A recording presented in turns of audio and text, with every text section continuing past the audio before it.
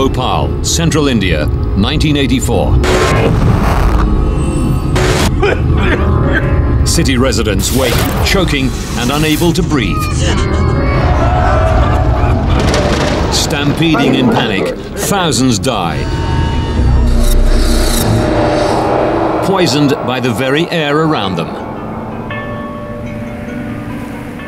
An American-owned factory, supposedly rigged with safety systems, triggers the world's deadliest industrial accident.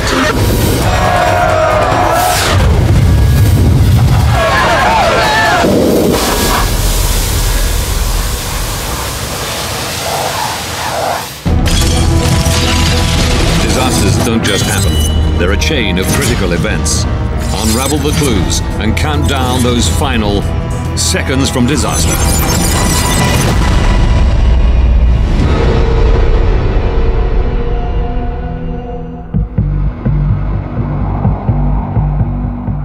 Bhopal, India, December 3rd, 1984.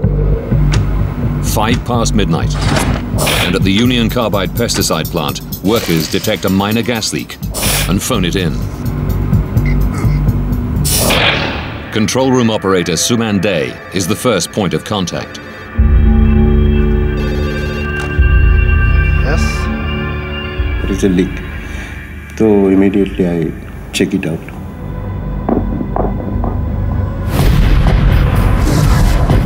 Suman leaves the control room to search for the leak. He heads over to the storage area where the plant's most volatile chemicals are kept buried under a thick layer of concrete. Alongside phosgene, used as a chemical weapon during World War I, is a massive volume of MIC, methyl isocyanate, the main ingredient of Sevin, the pesticide the plant produces. It's one of the world's most toxic chemicals. A huge amount of MIC was being kept there. All the chemicals are equally dangerous. Everybody has to be very cautious if anything goes wrong. The distinctive smell of gas tells Suman the leak is close by.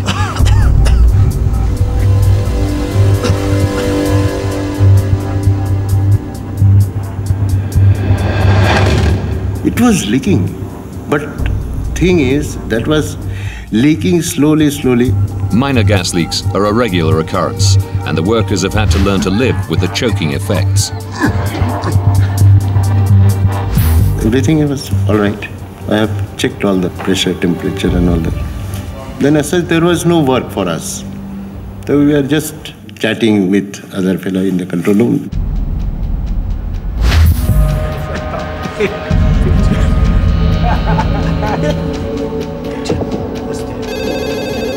Plant workers call again. At the 15-year-old plant, inaccurate meter readings are common, so Suman takes another look at the pressure gauge. I found that needle is 0 to 0. In minutes, the pressure in the chemical storage tanks has shot off a scale. 12:20. Suman Day rushes to the storage area, where it's immediately clear that something is very wrong. This area was very hot. It is trembling. The concrete is vibrating.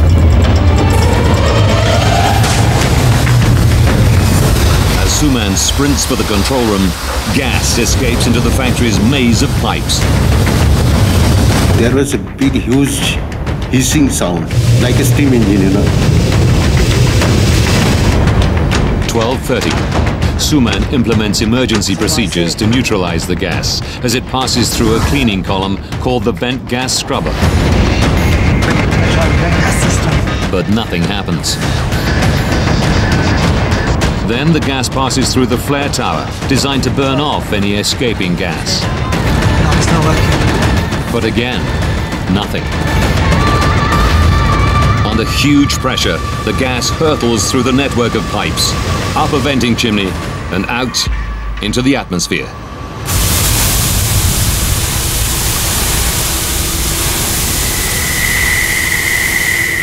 I understand this is a big disaster. Operators are powerless to stop toxic gas pumping into the night sky.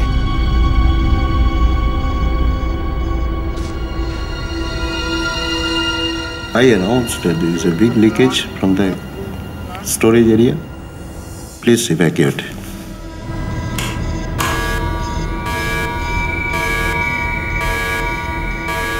For a couple of minutes, we were really spellbound what to do.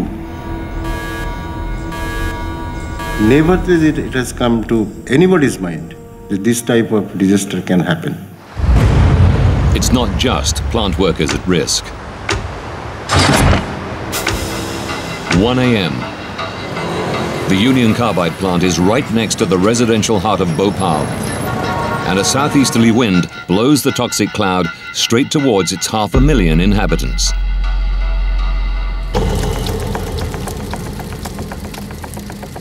Not far from the factory, plant worker T.R. Chauhan has the weekend off. I was happy because my daughter was very small and I was thinking that there's no headache of night shift. But in the dead of night, he's suddenly woken.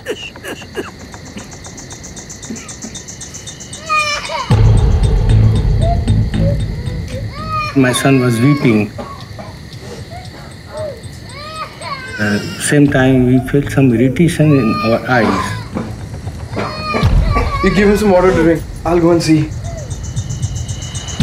As the gas cloud condenses, it sinks to ground level, cloaking the sleeping city in a poisonous blanket.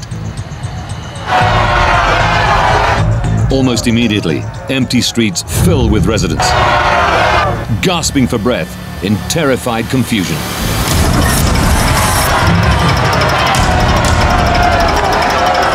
The street was full of the people just running, just running. So I immediately decided that I have to also run my children with my family.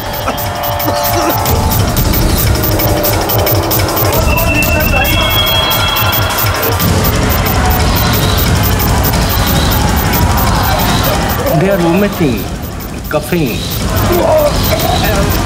I saw the people dying, running, they are falling and dying. Meanwhile, at the factory, safety systems that neutralize or burn the gas still aren't working. And the factory's final barrier to all-out disaster is also failing. Workers have grabbed emergency water hoses to spray and dissolve the escaping gas. But the water jets aren't powerful enough to reach the gas spewing from the chimney. After half an hour, the flow of toxic gas shows no sign of slowing down.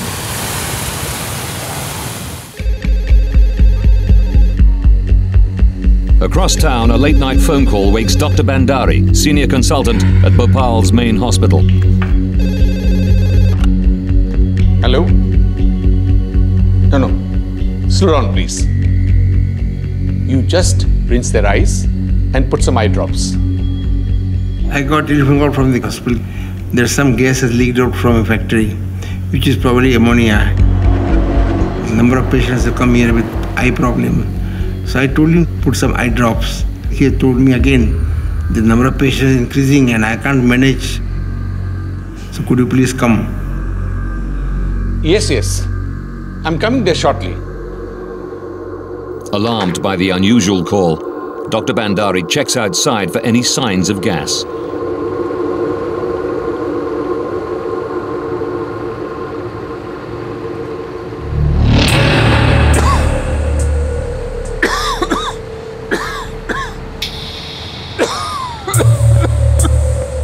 I went inside.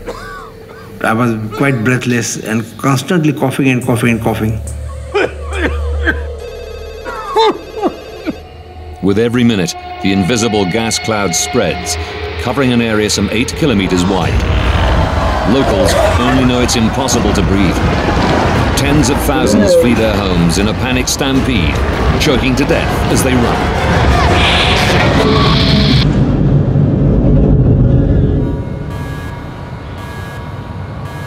At the Union Carbide plant, Suman Day is safely sealed inside the control room. But with workers unaccounted for, he goes back into the factory on a rescue mission. Quickly, I got mask and I gun inside the factory once again. I was thinking to save all the people who are working there. But he's soon running out of air.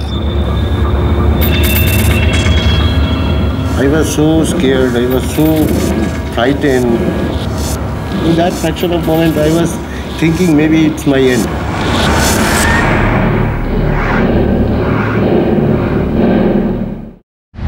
Across the city, factory worker Chauhan and his family are desperate. In the chaos, they know they must flee or perish. Then I saw an empty car. Let's go, let's go. Come. Chauhan convinces the driver to help them. When I saw empty, you want to save your life, please go to the new city side.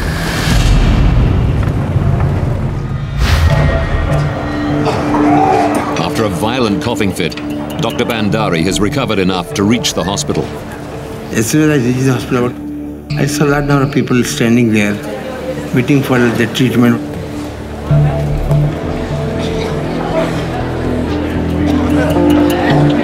What's happening? From past 1 hour, they're just coming and coming and coming.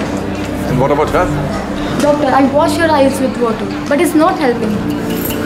The police have told him he's dealing with a leak of ammonia. Hold on. Bandari expects conventional treatments will solve the patient's problems. But the symptoms are far more extreme. Many of them were having now the respiratory problems, coughing, choking sensation.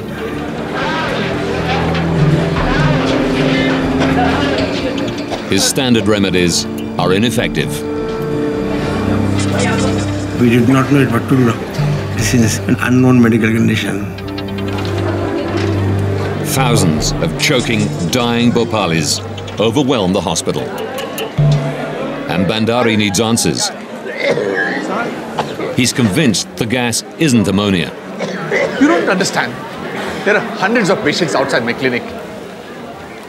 First, the Indian carbon said it is ammonia, then they said it is phosgene. Just tell me, what gas is this? Then they said it is MIC. We had never heard the MIC, methyl isocyanate, and we had no antidote or no such information from mineral carbide. Unknown to the medics, MIC is reacting with the water in victims' bodies, forcing blood to pour into the tiny spaces in the lungs, making breathing impossible.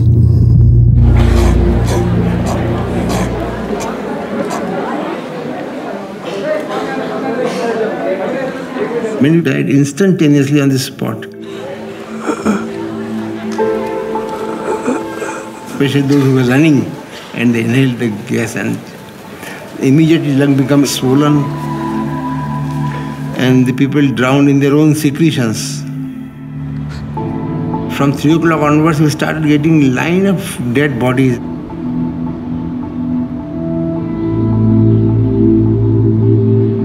By daylight on December 3rd, the gas has dissipated across the country.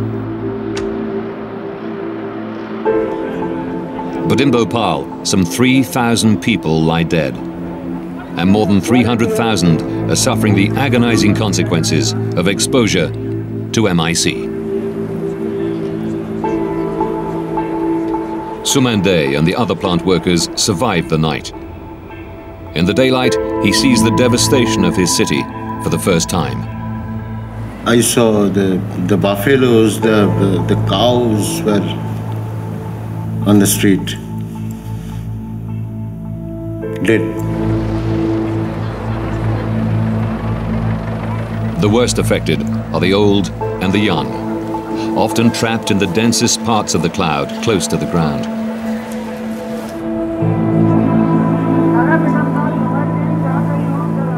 Within hours, Bhopal hits the headlines.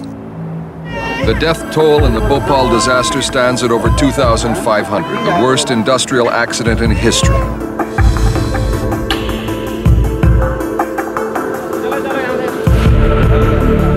In this area, opposite the Union Carbide site, about 10,000 people live. But this morning, the entire slum is empty.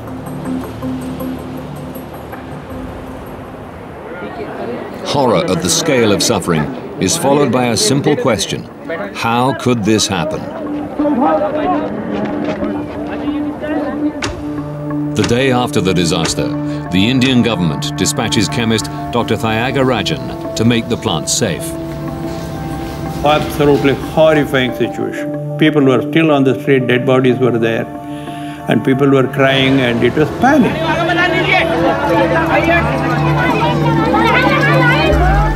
The Bhopal plant mass-produced Sevin, and company officials tell Thiagarajan the MIC needed was carefully stored in liquid form in tanks buried deep underground. But workers say that tank E610 was 75% full, way over the corporation's 50% recommendation. Its entire 42 tons of lethal MIC evaporated and escaped.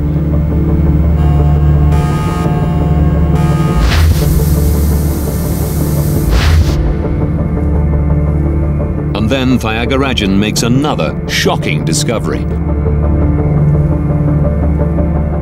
The second line of discussion with the people there was, is there any more MIC anywhere? That was the time we got the most devastating information. Yes, there is MIC in 611. How much? About 30, 35 tons. Oh my God, as much as it went out yesterday. E610 is just one of 3 tanks buried in the bunker. Bhopal had massive storage capacity, but unlike other Union Carbide factories, it was only producing a few tons of Sevin per day. So a huge backlog of MIC was stored for weeks on end. One tank should be kept empty as a backup, but workers say that at Bhopal, all 3 carry the deadly chemical. Only E610 has burst, but there's no telling if the others may blow too. Thiagarajan must urgently make them safe. As Bhopal reels from the disaster, Union Carbide CEO Warren Anderson flies in from America to assess the situation. When police realize Anderson is the man ultimately responsible for the plant, they arrest him. What I'd like to do, and I hope you can help me, is tell my wife I'm alive and well and hi, Mom. But local journalists like Rajkumar Keswami think the police action is just for show. At the airport itself, he was informed that he was under arrest. But he was not taken into a lockup. He was taken to the Union Carbide guest house, which was the most beautiful place in those days in Bhopal. Hours later, Anderson is released on bail and quickly flees the country.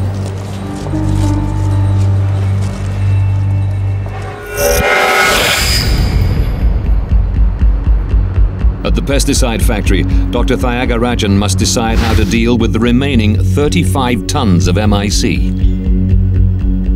I had no knowledge that so much quantity was being stored. In our laboratories, we keep not more than 10 milliliter. The MIC appears to be stable for now, but workers tell him that tank E610 was normal until almost the moment it erupted. We went on the basis it was also going to explode. Because as chemists, we are trained to think of the worst and then you work back.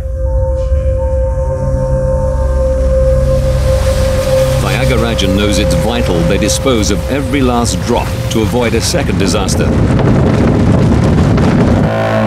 But there's only one terrifying way to do it: switch the malfunctioning factory back on.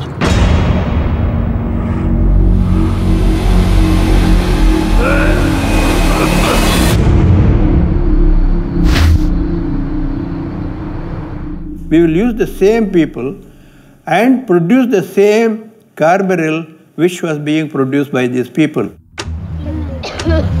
Only 13 days after the disaster, with thousands still dying and tens of thousands in hospital, operators are ready to try to neutralize the remaining MIC. Officials still have no idea how the first disaster happened and dub their risky new plan Operation Faith. We only went by faith because we knew that we were competent. But we didn't know the quality of the material in the other tank. Therefore, we said, have faith in us. But for the people of Bhopal, restarting the factory so soon after the lethal disaster is a terrifying prospect. The people thought once the factory starts operation and the same gas which has killed several thousand people may get leaked again. There was no such guarantee. People had no faith. Even when that operation, we went on thinking of the worst. We said that this can explode, so we had helicopters carrying water. We had covered the entire plant with wet canvas. Every second was important. Bhopal too was a very, very strong possibility. With safety measures in place, operators restart the plant.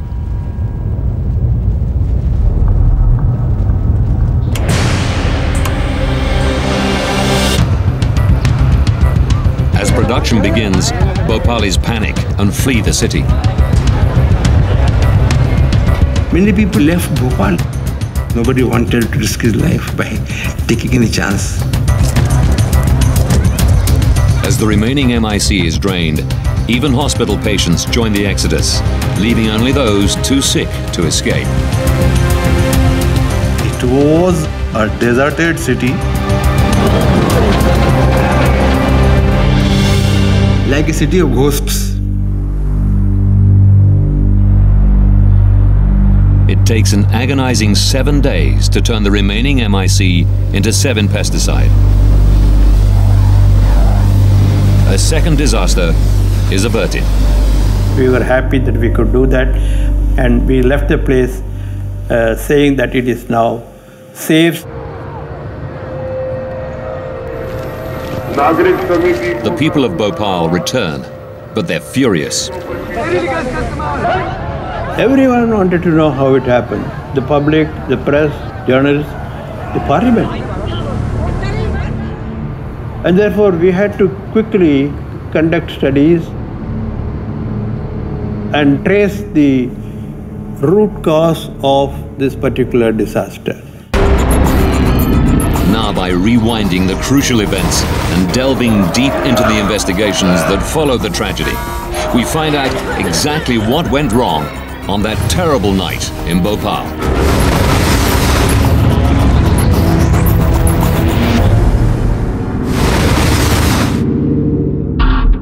Dr. Thyagarajan knows 42 tons of deadly MIC, stored safely as liquid in an underground tank, turned into a gas and escaped into the atmosphere, killing thousands. Now he must find out how. The tank area was the one which was very, very revealing. He goes straight to the storage bunker, where he finds massive cracks in the tank's concrete casing. The tank has shifted position. This is dramatic evidence of a violent chemical reaction on a huge scale. Investigators dig up the buried tank E610 to find out how the gas escaped. Despite evidence of enormous pressure, the tank itself hasn't split.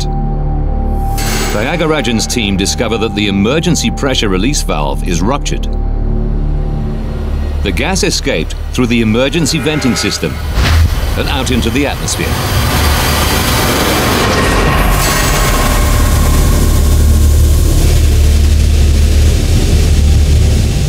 It was a very clear case of runaway reaction. Something must have triggered it. Dr. Thyagarajan suspects a substance normally considered innocuous. We calculated that 500 kg of water entered the tank. Contact with water causes MIC to heat up, boil, and vaporize. And that reaction is much more violent if other chemicals are added. The MIC reacts with explosive violence. The smallest impurity of any metal and water, these are deadly. Researchers find powdery residues inside the tank and send them for testing. The possibility of contaminants entering was very small there. We activated national laboratories to repeat the reaction. Thiagarajan's team discovers traces of iron were left in the empty tank. It points to a clear conclusion. A huge volume of water combined with metal impurities sparked the violent and deadly reaction. Investigators now know what caused Bhopal's deadly catastrophe, but not how it happened. In a chemical plant operating state-of-the-art safety systems, this disaster should have been impossible. Union Carbide had chemical plants worldwide and was fully aware of MIC's dangerous volatility. Like every one of their factories, the Bhopal plant had safety systems to prevent any chance of contamination.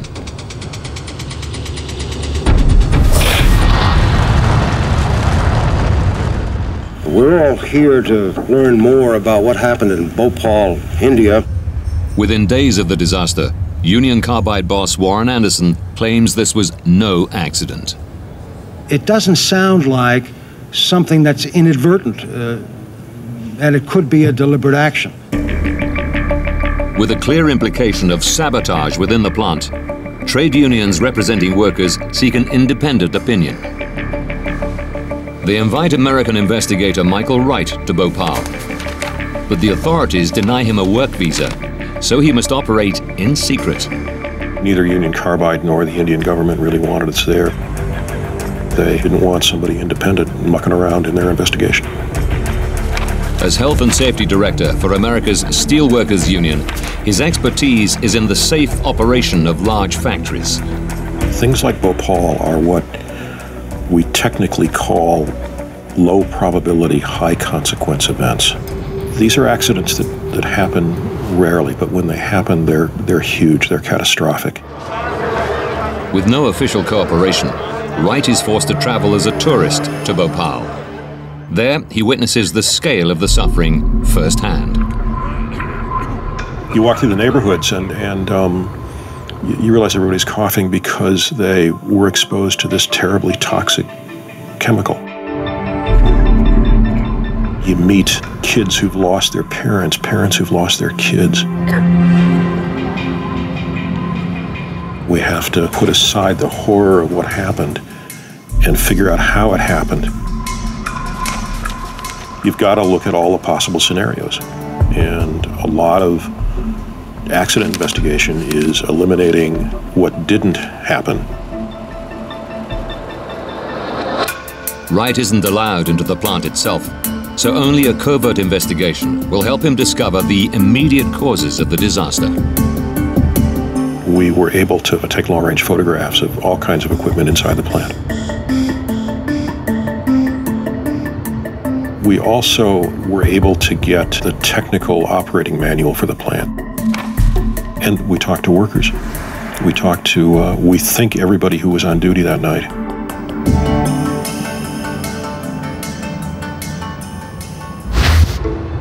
Indian investigators discovered that water entered the MIC tank and triggered the fatal accident.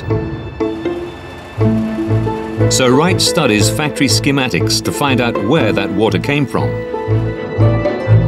He's immediately suspicious of a chemical processing unit right next to the MIC tanks. That process unit would sometimes clog. The way you cleared the clogs was by hooking up a water hose and blowing water through the system.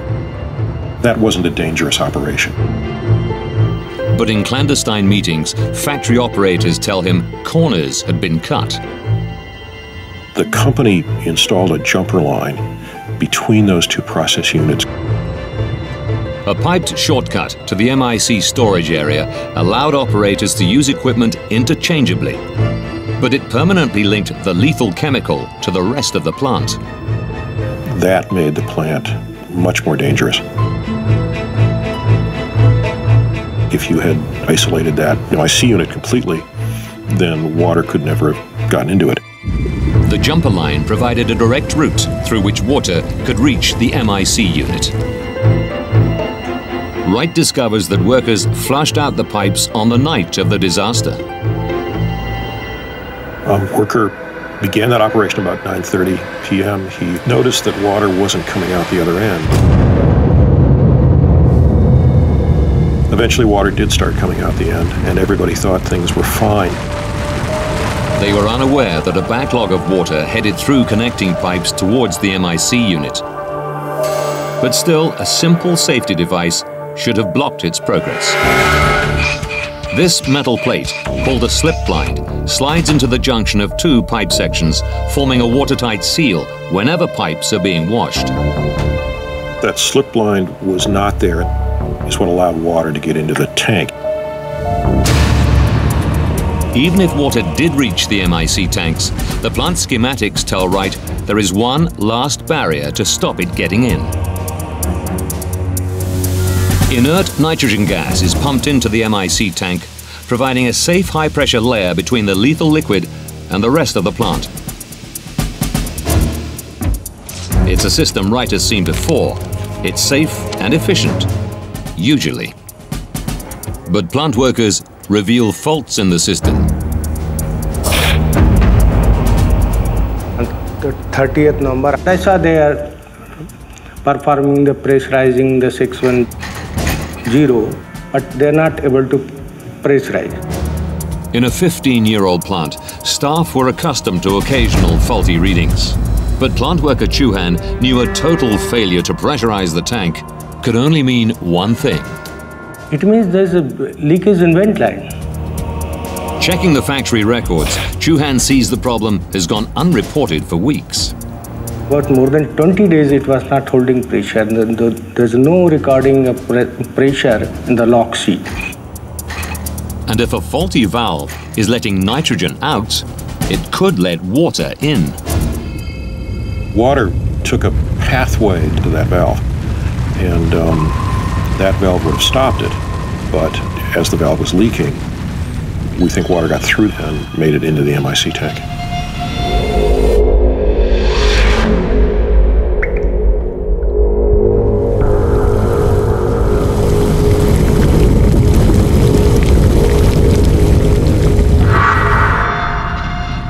It occurs to Wright that Union Carbide's claims could have weight. Maybe this was a case of sabotage. Someone could have damaged the nitrogen valve and removed the slip blind deliberately. The iron that fueled the reaction could simply be rust from the pipes. Maybe they didn't anticipate an accident of that magnitude. Union Carbide claims a disgruntled worker purposely pumped water into the MIC tanks. All we're trying to do is differentiate from an inadvertent to perhaps a deliberate. But Wright isn't ready to draw conclusions. This awful event still has secrets to be discovered. The real story of Bhopal is less how did water get in the tank, and more why did none of the systems that should have protected people operate that night. The first safeguard was the vent gas scrubber. If any dangerous gas leaks, it's channeled into a large bottle-shaped tank and forced through a column of caustic soda, making it inert. When Wright meets with workers from the plant, he makes a shocking discovery. The workers said that they didn't see any instrumentation that indicated it was operating. The vent gas scrubber, the first of 3 critical lines of defense, was out of action. Wright switches attention to the other safety features. MIC is highly flammable, and a flare tower sits ready to burn off any MIC gas that hasn't been neutralized. But he finds it wasn't working either. They had taken a piece of corroded pipe, about a 4-foot section, out of it, had never gotten around to replacing it. Had that been operating, it would have completely eliminated the release. With 2 systems down, there was one last mechanism to protect the people of Bhopal from the MIC gas. Hoses are positioned around the emergency vent stack, and workers are trained to spray water into any remaining gas as it leaves the chimney. MIC dissolves in water, so the gas should drop to the ground.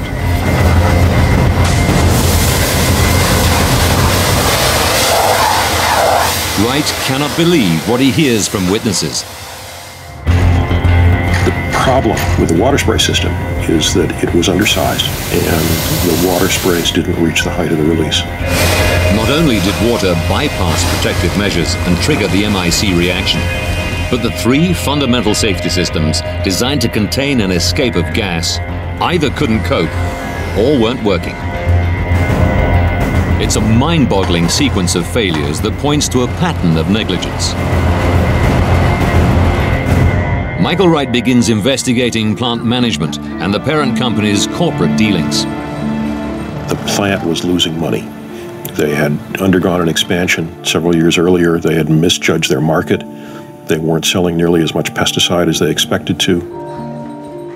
In that kind of situation, there's always pressure from the parent corporation to cut costs.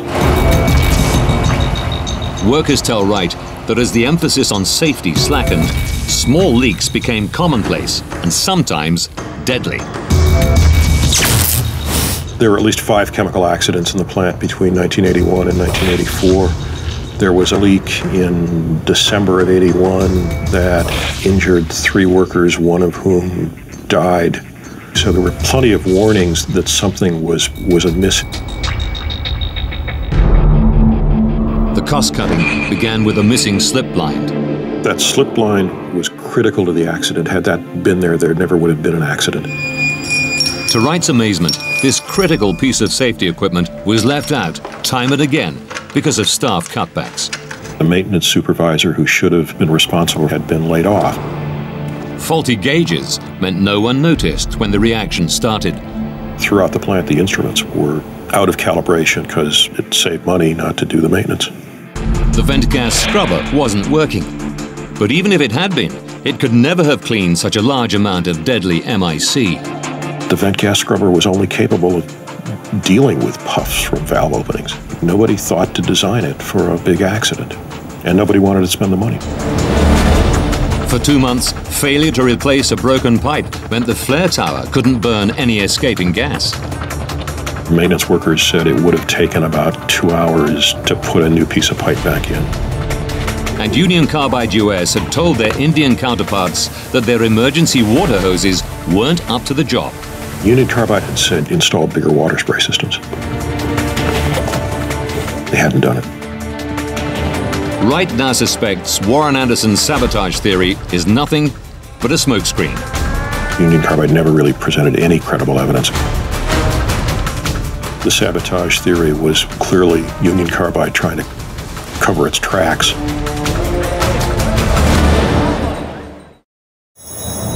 Michael Wright sees an alternative explanation for the catastrophe at Bhopal.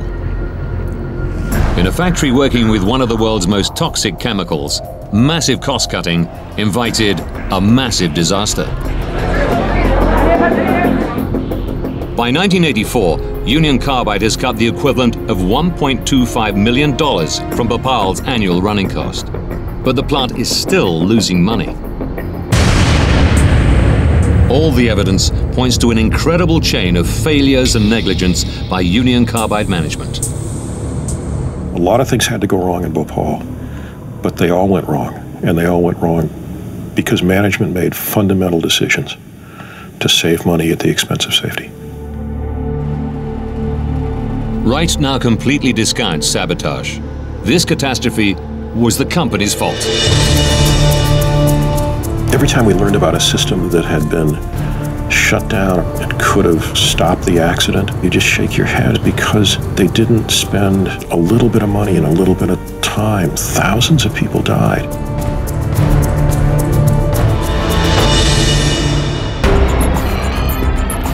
Now the investigation is complete. We can replay the exact chain of accidents and errors that overtook the Bhopal factory and killed 3,000 people on that fatal night in December 1984.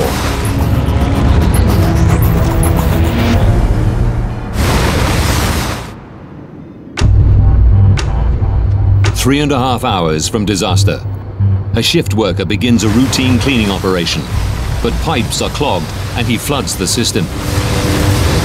Water gushes through a recently installed shortcut, straight towards giant underground storage tanks, full of the highly volatile pesticide ingredient MIC. Metal plates that should isolate the chemical are missing. En route to the tank, the water collects traces of iron from rust inside the aging pipes. 2 hours, 15 minutes from disaster. The first drop of water seeps through a broken valve and into tank E610, containing 42 tons of liquid MIC, far more than is recommended. The water and iron mixture triggers a violent and unstoppable reaction within the MIC. With no refrigeration to keep it cool, its temperature rockets. 1 hour from disaster. The liquid MIC begins to boil. Workers smell gas and report it, but it's dismissed as a minor leak. As more and more liquid turns to gas, pressure soars in the tank. In the control room, faulty gauges show little change until suddenly readings shoot off the scale.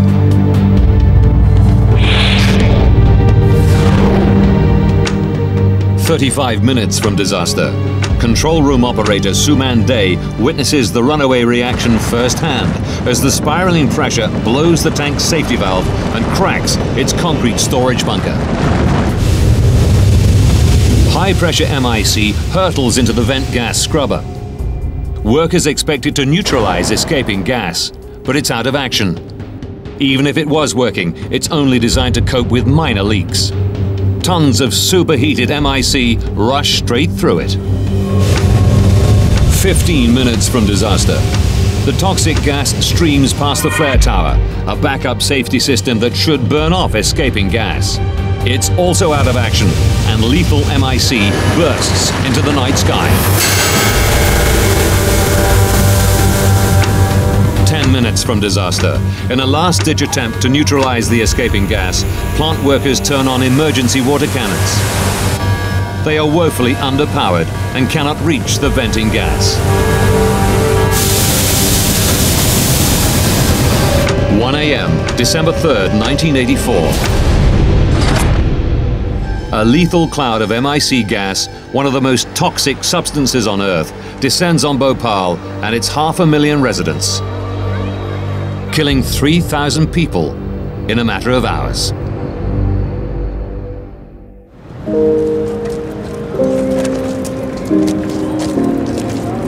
In addition to the immediate deaths, the Indian government says a further 15,000 later died as a direct result of the disaster. To this day, more than 500,000 have suffered ill health from inhaling the gas or from the knock-on effects of continual pollution. People die at a rate of 2 and 3 a week, even 27 years later, from the delayed effects of the release.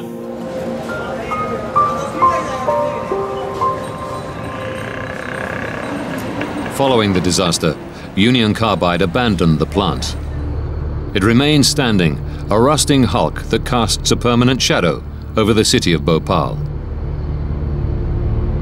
The factory has never been cleaned up, and groundwater studies from the site show evidence of chronic toxicity.